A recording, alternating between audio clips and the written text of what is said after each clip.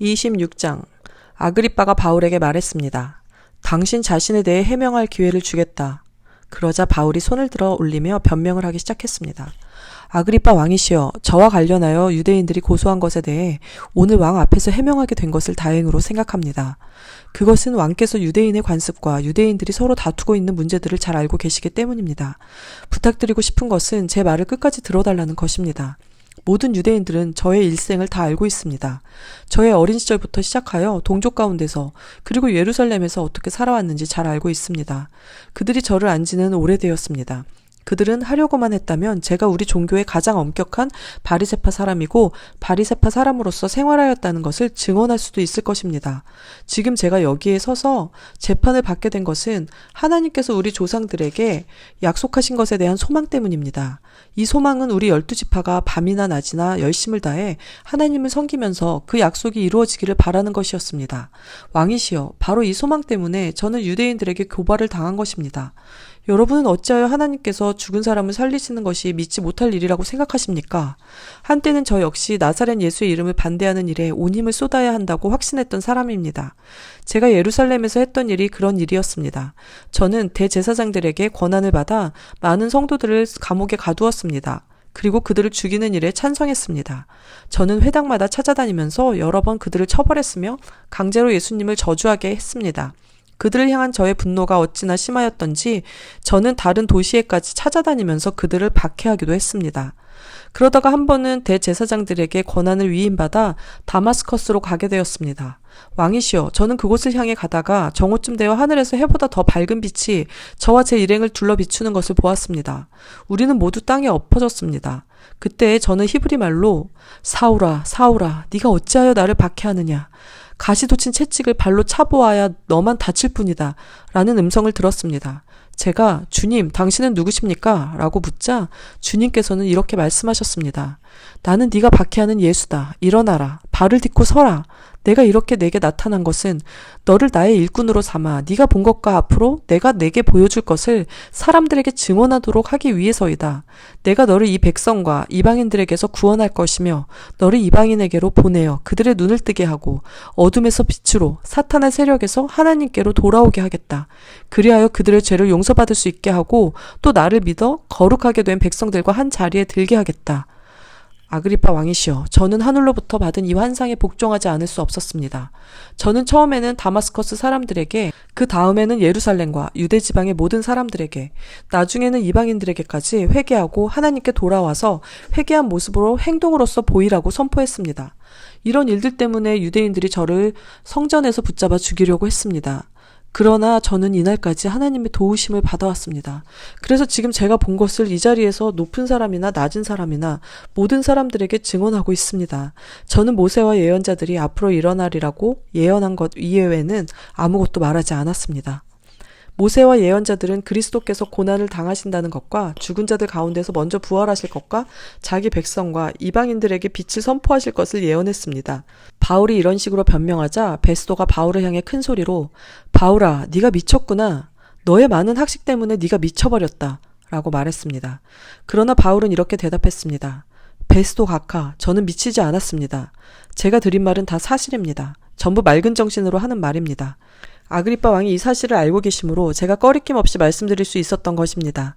이 일은 어느 한 구석에서 일어난 일이 아니기 때문에 어느 하나도 왕이 모르실 리가 없다고 저는 확신합니다. 아그리빠 왕이시여, 예언자들의 말을 믿으십니까?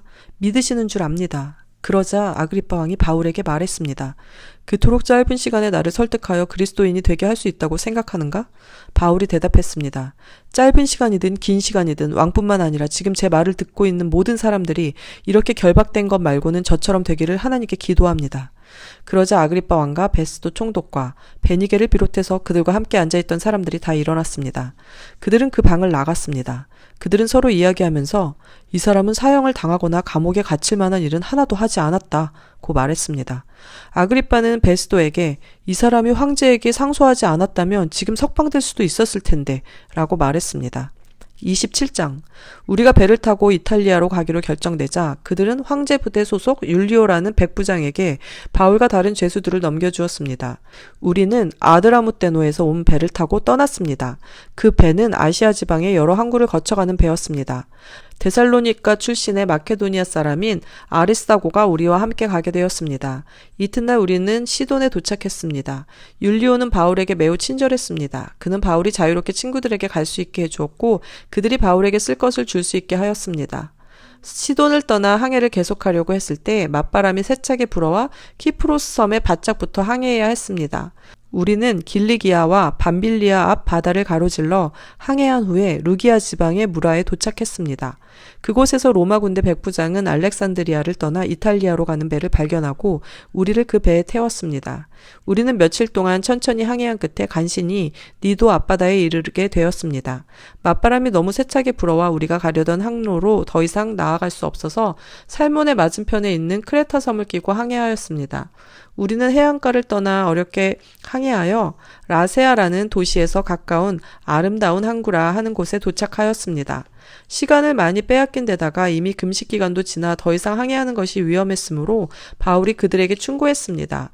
여러분, 계속해서 항해를 하다가는 큰 어려움을 겪게 될 것이라고 생각합니다. 배와 짐만 손실되는 것이 아니라 우리 목숨까지도 잃게 될 것입니다. 그러나 백부장은 바울의 말을 듣기보다는 선장과 선주의 말을 더 믿었습니다. 그 항구는 겨울을 보내기에는 적당하지 못한 항구였기 때문에 사람들은 대부분 그곳을 떠나 베닉스에 가서 겨울을 보내고 싶어 했습니다. 베닉스는 크레타 섬에 있는 항구 도시인데 남서쪽과 북서쪽을 향해 위치한 곳이었습니다. 마침 남쪽에서 순풍이 불기 시작하자 사람들은 자기들의 계획대로 되리라고 생각했습니다. 그래서 그들은 닻을 올리고 크레타섬 해안을 따라 항해하기 시작했습니다. 그런데 갑자기 유라굴로라고 부르는 폭풍이 섬 쪽에서 불어왔습니다. 배는 폭풍에 휘말려 바람을 거슬러 조금도 앞으로 나아가지를 못했습니다. 우리는 앞으로 가려는 노력은 포기하고 바람이 부는 대로 배를 내맡기고 표류하기 시작했습니다. 그러다가 가우다라는 작은 섬의 남쪽 방향으로 떠밀려갈 때에 우리는 간신히 거룻배를 끌어올릴 수 있었습니다. 선원들은 거룻배를 끌어올린 다음에 밧줄로 동염했습니다. 그들은 배가 스르디스의 모래톱에 걸릴까 염려하여 돛을 내리고 배를 바람 부는 대로 떠밀려가게 했습니다. 우리가 폭풍에 너무도 시달리자 이튿날에는 선원들이 짐을 바다에 내던졌습니다. 3일째 되는 날에는 배에 장비마저 내어 던졌습니다. 우리는 며칠째 해도 보지 못했고 별도 보지 못했습니다. 바람은 계속해서 거세게 불어왔습니다. 결국 우리는 살아남을 수 있다는 희망을 모두 포기하고 말았습니다. 사람들이 오랫동안 아무것도 먹지 못하고 있는 가운데 바울이 일어나 그들에게 말했습니다. 여러분, 내가 크레타 섬을 떠나지 말자고 한 말을 들었어야 했습니다. 그랬다면 이런 손해를 입지 않았을 것이고 물건을 잃어버리지도 않았을 것입니다. 하지만 여러분, 이제 제가 권합니다. 용기를 내십시오. 이 배만 잃을 뿐 여러분 중에는 한 사람도 목숨을 잃지 않을 것입니다. 지난밤에 나의 주님이요 내가 섬기는 하나님의 천사가 내 곁에 나타나 이렇게 말해주었습니다. 바울아, 두려워하지 마라. 너는 반드시 황제 가이사 앞에 서야 한다. 하나님께서 너와 함께 항해하는 모든 사람들의 목숨을 너에게 맡겨주셨다. 그러니 여러분, 용기를 내십시오. 나는 하나님을 믿습니다. 모든 일이 하나님의 천사가 내게 말씀하신 대로 이루어질 것입니다. 우리는 반드시 어떤 섬에 밀려가 닿게 될 것입니다. 14일 되던 밤에 우리는 아드리아 바다에서 표류하였습니다. 한밤중에 선원들은 우리가 어떤 섬에 가까워지고 있음을 느꼈습니다. 그래서 물 깊이를 재어보니 약 40m였고 조금 더 가서 다시 재어보니 이번에는 30m였습니다. 우리는 혹시 암초에 걸리지는 않을까 염려가 되어 단 4개를 물에 던져놓고 날이 밝기를 기다렸습니다. 그런데 선원 몇 사람이 배에서 빠져나갈 속셈으로 배 앞쪽으로 닷을 더 내린다는 구실로 거룻배를 물에 내렸습니다.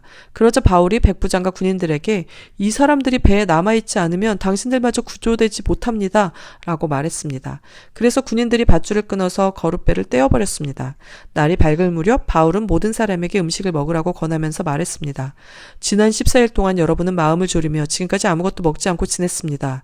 하지만 이제는 음식을 드십시오. 그래야 살아남을 수 있습니다. 여러분 중에 그 누구도 머리카락 하나도 잃지 않을 것입니다. 바울은 이 말을 하고서 모든 사람 앞에서 빵을 들어 하나님께 감사기도를 드리고 빵을 떼어 먹기 시작했습니다. 그러자 사람들도 용기를 얻어 음식을 먹었습니다. 배 안에 있던 사람들은 모두 276명이었습니다. 사람들은 음식을 배불리 먹고 나서 식량을 바다에 던져 배를 가볍게 했습니다. 날이 밝았습니다. 사람들은 그곳이 어느 땅인지는 알 수 없었지만 그들의 눈에 모래밭이 있는 항만이 눈에 띄었습니다. 그래서 그들은 어떻게 해서든지 배를 모래밭에 대기로 작정하였습니다. 그들은 밧줄을 끌어서 닻을 바다에 내버리는 동시에 키를 묶은 밧줄을 풀었습니다. 그리고 앞돛을 올려서 바람을 타고 해안 쪽으로 배를 몰았습니다. 그러나 배는 두 물살이 만나는 곳에 들어가 모래톱에 걸리고 말았습니다. 뱃머리는 꼼짝도 하지 않고 배 뒤쪽은 거센 파도에 부딪혀 깨어졌습니다. 군인들은 죄수들이 헤엄쳐 도망칠까봐 그들을 죽이려고 계획을 짰습니다. 그러나 백부장 율리오는 바울을 살리고 싶어 했습니다. 그는 군인들이 죄수를 죽이지 못하도록 헤엄칠 수 있는 사람은 모두 바다로 뛰어들어 육지로 올라가라고 명령했습니다. 남은 사람들은 널판지와 부서진 배 조각을 붙잡고 나가게 명령했습니다. 그들은 모두 무사히 육지로 올라왔습니다. 28장. 우리는 육지에 무사히 오른 뒤에야 그 섬이 몰타섬이라는 것을 알았습니다. 비가 오고 매우 추웠습니다. 섬 사람들은 우리에게 분에 넘치는 친절을 베풀며 불을 피워놓고 우리를 맞아주었습니다. 바울이 장작을 한 무더기 모아다가 불에 넣었는데 뜨거운 불 때문에 독사가 튀어나와 바울의 손을 물었습니다. 섬 사람들은 독사가 바울의 손에 매달려 있는 것을 보고 이 사람은 틀림없이 살인자다. 바다에서는 살아나왔는지 모르지만 정의의 신이 그를 살려두지 않을 것이다. 라며 서로 수군거렸습니다. 그러나 바울은 그 뱀을 불 속에 떨어버렸고 아무런 해도 입지 않았습니다. 사람들은 바울의 몸이 부어오르거나 그가 갑자기 땅바닥에 쓰러져 죽으리라고 예상했습니다. 그런데 아무리 기다려도 바울에게 아무런 일이 일어나지 않자 그들은 바울을 달리 생각하게 되었습니다. 그들은 바울을 신이라고 불렀습니다. 그 근처에 그 섬의 추장인 보블리오가 땅을 소유하고 있었습니다. 그 사람이 우리를 자기 집으로 초대해서 3일 동안 친절하게 대접해 주었습니다. 때마침 보블리오의 아버지가 열병과 이질에 걸려 자리에 누워 있었습니다. 바울이 그를 찾아가 기도하고 그 사람의 몸에 손을 얹어 그를 낫게 하였습니다. 이 일이 있은 뒤에 그 섬에서 병을 앓고 있는 다른 사람들도 바울을 찾아와 고침을 받았습니다. 그 섬 사람들은 우리를 잘 대접해 주었습니다. 우리가 떠나려고 할 때 그들은 필요한 물건들을 배에 실어 주었습니다. 석 달이 지난 후 우리는 그 섬에서 겨울을 보낸 알렉산드리아 배를 타고 뱃길에 올랐습니다. 그 배의 앞에는 쌍둥이 신 표시가 있었습니다. 우리는 수라구사에 배를 대고 3일 동안은 지냈습니다. 그곳을 떠나서는 레기온에 도착했습니다. 그 이튿날 남풍이 불어와서 그곳을 쉽게 벗어날 수 있었습니다. 이틀 만에 우리는 보디올에 닿았습니다. 거기서 우리는 신자들을 만나 그들의 초청을 받고 일주일 동안 그들과 함께 지냈습니다. 그런 뒤에 마침내 우리는 로마에 도착했습니다. 로마에 있는 형제들은 우리가 온다는 소식을 듣고 아비오 광장과 새 여관까지 우리를 마중하러 나왔습니다. 바울은 그들을 보자 용기를 얻었으며 하나님께 감사했습니다. 우리가 로마에 도착했을 때 바울은 그를 지키는 군인 한 사람과 함께 혼자 지내도 된다는 허락을 받았습니다. 3일 뒤에 바울은 그곳의 유대인 지도자들을 불러 모았습니다. 그들이 모이자 바울은 이렇게 말했습니다. 동포 여러분, 나는 우리 백성이나 우리 조상들의 관습을 거스르는 일을 한 적이 없습니다. 그런데도 나는 예루살렘에서 붙잡혀 로마 사람들의 손에 넘겨졌습니다. 로마 사람들이 나를 신문했으나 내게는 사형을 당할 만한 죄가 없다는 것을 알고 나를 풀어주려 했습니다. 그런데 그곳의 유대인들이 반대해서 나는 로마에 와서 황제에게 상소할 수밖에 없었습니다. 그렇다고 해서 내 백성을 고발하려는 것은 아닙니다. 이런 이유로 여러분을 뵙고 말씀드리고자 오시라고 했던 것입니다. 내가 이렇게 쇠사슬에 매인 것은 이스라엘의 소망 때문입니다. 유대인들이 바울에게 대답했습니다. 우리는 아직 유대로부터 당신에 관한 어떤 편지도 받은 적이 없습니다. 또 유대로부터 온 우리 형제들 중에서 당신에 관한 나쁜 소문을 전하거나 당신을 나쁘게 말한 사람도 없습니다. 우리는 다만 당신 생각을 듣고 싶습니다. 우리가 알기로는 어디를 가도 당신 종파에 대해서 반대하는 사람이 많다고 합니다. 바울과 유대인들은 만날 날짜를 정했습니다. 그날이 되었을 때 더 많은 유대인들이 바울이 지내고 있는 곳으로 모였습니다. 바울은 아침부터 저녁까지 그들에게 하나님의 나라를 설명하고 선포했습니다. 또 모세와 예언자들의 글을 예로 들어서 그들이 예수에 관한 것을 믿게 하려고 애썼습니다. 바울의 말을 믿는 사람들도 있었지만 믿지 않는 사람들도 있었습니다. 그들이 이처럼 의견이 갈린 채 헤어질 때에 바울이 한마디 말을 남겼습니다. 성령께서 예언자 이사야를 통해 여러분의 조상에게 말씀하신 것은 진리입니다. 이 백성에게 가서 말하여라. 너희가 듣기는 들어도 깨닫지 못하고 보기는 보아도 알지 못할 것이다. 이 백성의 마음이 무디어졌고 귀로는 듣지 못하며 눈은 감겼다. 이는 그들이 눈으로 보고 귀로 듣고 마음으로 깨닫고 내게 돌아와 고침을 받지 못하게 하려는 것이다. 그러므로 여러분은 하나님의 이 구원이 이방인들에게도 전파되었다는 것을 알아야 합니다. 그들은 들을 것입니다. 바울은 자기 셋집에서 꼬박 2년을 지내면서 자기를 찾아오는 사람들을 다 맞이하였습니다. 그는 담대하게 그리고 아무런 방해도 받지 않고 하나님의 나라를 전하고 주 예수 그리스도에 관해 가르쳤습니다.